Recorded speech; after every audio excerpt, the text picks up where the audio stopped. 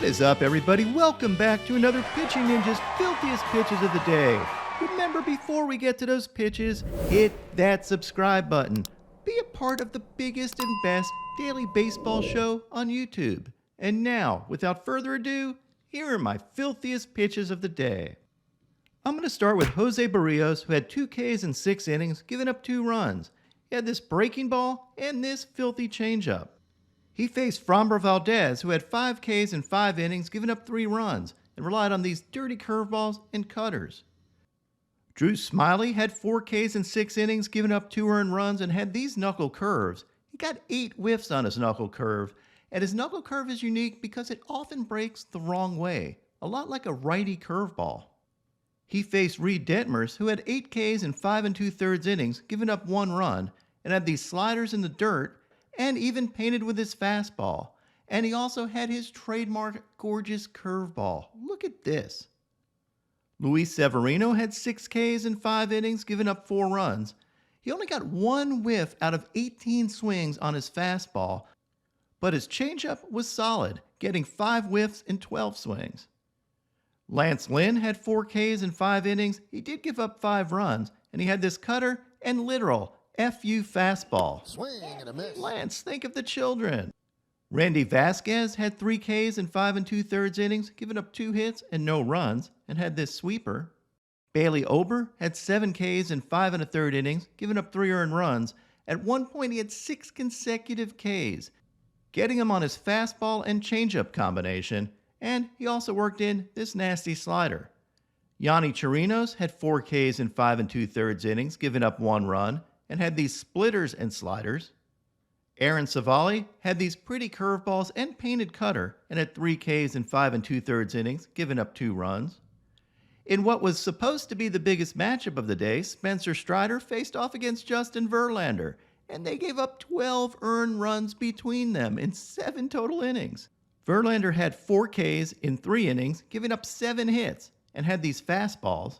But he did give us this amazingly, down about 1.1 miles an hour on the game, and the velo on all his pitches were down.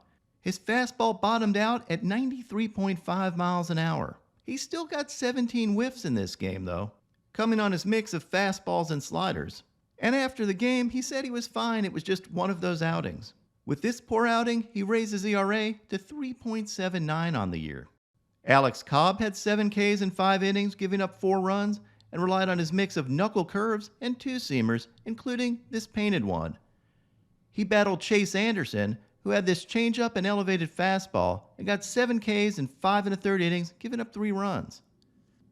Kyle Bradish had 10 Ks in 5 innings, giving up 3 runs, and relied on his mix of fastballs and 2-seamers and wicked sliders. Look at these. He faced Colin Ray, who had 8 Ks in 5 scoreless innings, thanks to his breaking balls, cutters, and fastballs. As for my filthiest pitcher of the day, I'm going to let y'all decide between Zack Wheeler and Clayton Kershaw. Wheeler had 8 Ks in 7 1/3 innings, giving up only 1 hit and 1 run. He took a no-hitter into the 8th and relied on his fastballs, sweeper, and curveball. And here's an overlay of his fastball and curveball, and you can see why he was able to mess up hitters all day. Clayton Kershaw had 9 Ks in 7 scoreless innings, bringing his ERA on the year down to 2.95. He relied on his sliders and got this White Castle special, and even tortured super rookie Elly De La Cruz with his slider. Here's an overlay of his fastball and slider, and you can see why those 2 pitches work so well together. There's not a lot of velo separation, but a ton of movement separation. In fact, Kershaw has said he doesn't want a lot of velo separation between his curveball and fastball because when there is, it makes it easier for a hitter to pick up. And it doesn't tunnel nearly as well with his fastball. He also, of course, had his gorgeous Cooperstown curveball. And here's an overlay of a 3-pitch sequence against Elly De La Cruz using his fastball, slider, and curveball. You can see how well he repeats his mechanics and how filthy those pitches work together. Welcome to the league, Rook. With this outing, Kershaw tied the Dodgers' record for the most 7+ inning scoreless starts in Dodger history, tying Don Sutton and Don Drysdale. Thanks to Sarah Langs for that stat. And this season, he has 93 Ks in 76 1/3 innings, and he's on pace for nearly 240 strikeouts. Is Kershaw a Cy Young contender? Right now, FanDuel has him as the third favorite behind Spencer Strider and Zach Gallen. Now onto my filthiest relievers. Brian Abreu had this slider and sword. Felix Bautista had these splitters. One of them was probably a little high though. Aaron Bummer K'd the side with this sweeper and fastball combo. Phil Maton had this bend-the-knee curveball.